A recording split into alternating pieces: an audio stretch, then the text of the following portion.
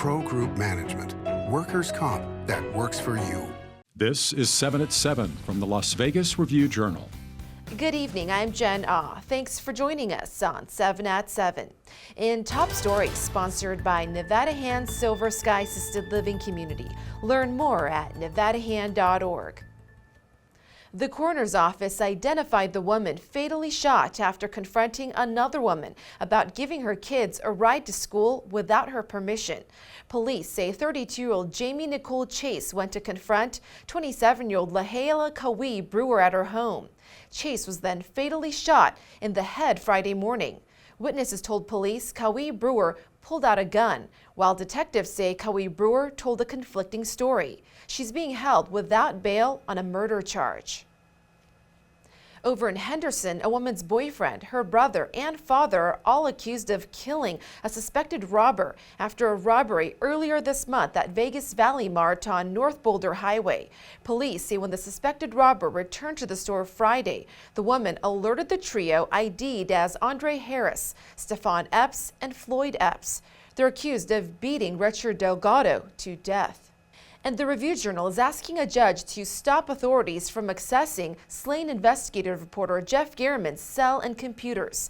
Instead, let a news organization lead a cooperative review that protects Garriman's confidential sources. Review-Journal's Renee Semmerauer has more. After Garriman was found dead earlier this month outside of his Las Vegas home, police seized personal electronic devices, including a cell phone, computers, and a hard drive. Now, prosecutors and the public defender's office want to search those devices for information that could relate to the criminal case. On allowing police access to those devices, Glenn Cook, the Review-Journal's executive editor, called it uniquely dangerous, saying Garriman relied on confidential sources inside the judicial system, Metro PD, the Clark County DA's office, and the public defender's office. RJ attorneys representing the newspaper said, quote, "No party's interest in reviewing the information on the seized devices outweighs the press's strong constitutional and statutory privilege to maintain the confidentiality of this information." District Attorney Steve Wolfson said, quote, "It is appropriate for the court to entertain the request so that the court can hopefully fashion a remedy that is satisfactory to all." Nevada's SHIELD law prevents the press from being required to disclose published or unpublished information in legal proceedings or investigations. In Business, sponsored by Bank of Nevada. Bank on accountability. After weeks of decline, gas prices in Vegas spiked 24 cents in the last week, topping $5 a gallon again. The average retail price for a gallon of regular unleaded gas Tuesday is $5.12, according to AAA. As far as Nevada's statewide average, sitting number 4 right now behind Oregon, Hawaii, and California. Prices could go as high as 75 cents higher than they are today. That's up sharply from the $4.85 average seen in the valley last week. Oil and refinery issues are mainly to blame for the surge. In weather, sponsored by Star Nursery, your garden's partner for every blooming thing.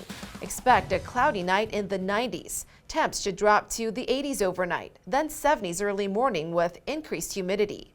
On Wednesday, you may see intervals of clouds and sun with a stray shower or thunderstorm, a high of 97 and low of 73 degrees. On Thursday, we could possibly hit the triple digits with sunny, drier weather and some breezes. On Friday, highs are back in the 90s. The winds should subside for your weekend. Vegas Nation brought to you by Station Casinos STN Sports. Download the app today. For the third week in a row, the Raiders have added another player to concussion protocols. This time, it's Nate Hobbs. The emerging cornerback left Sunday's game against the Titans after taking a big hit in the second half. The Raiders are still working to get back starting center Andre James and wide receiver Hunter Renfrow, both in concussion protocols. In Health, sponsored by Boulder City Hospital. We're here for you when you need us. Hundreds of Nevada Red Cross volunteers are being deployed to Florida as Hurricane Ian continues to threaten the state. The volunteers will help folks evacuate the area, have a safe place to stay, food, emergency supplies, emotional support, and comfort in the face of this potentially devastating storm. And the First Responders Relay returns for the second year to Las Vegas. First responders from across the nation will compete in a 48-mile relay race beginning at the Hilton Lake Las Vegas Resort. It'll take place October 15th and is free for spectators. Registration is now open. Sports brought to you by D&R House of Diamonds, making luxury affordable, located in downtown Summerlin. The Golden Knights lost their second preseason game 2-1 in overtime to the Los Angeles Kings, though there was a 14-round shootout that happened afterwards that they won, thanks to a miscommunication between Coach Bruce Cassidy and the officials. But the big takeaway, Phil Kessel and Jack Eichel showed some really good chemistry in their first outing together. Eichel scored on a breakaway that was set up by Kessel, and it'd be interesting to see how those two offensive dynamos function if they carry over into the regular season together. The Knights' next preseason game will be Wednesday at 7 p.m. at T-Mobile Arena against the Colorado Avalanche. Sports betting brought to you by Las Vegas Paiute Tribal Smoke and Cigar Shop. Alabama and Georgia are consensus favorites at most sports books after 4 weeks to win the College Football National Championship. The Westgate Superbook lists the Southeastern Conference powers at plus 195, while William Hill Sportsbook has them at 2-1. Ohio State is the consensus third choice and is listed as low as 2-1 at the Superbook. In entertainment, sponsored by Best Mattress, Best Service, Best Selection, Best Price Guaranteed. Any questions surrounding Maroon 5's future after Adam Levine's relationship controversy is answered. Review Journal's John Katsamidas tells us the future of the rock band's residency in Vegas.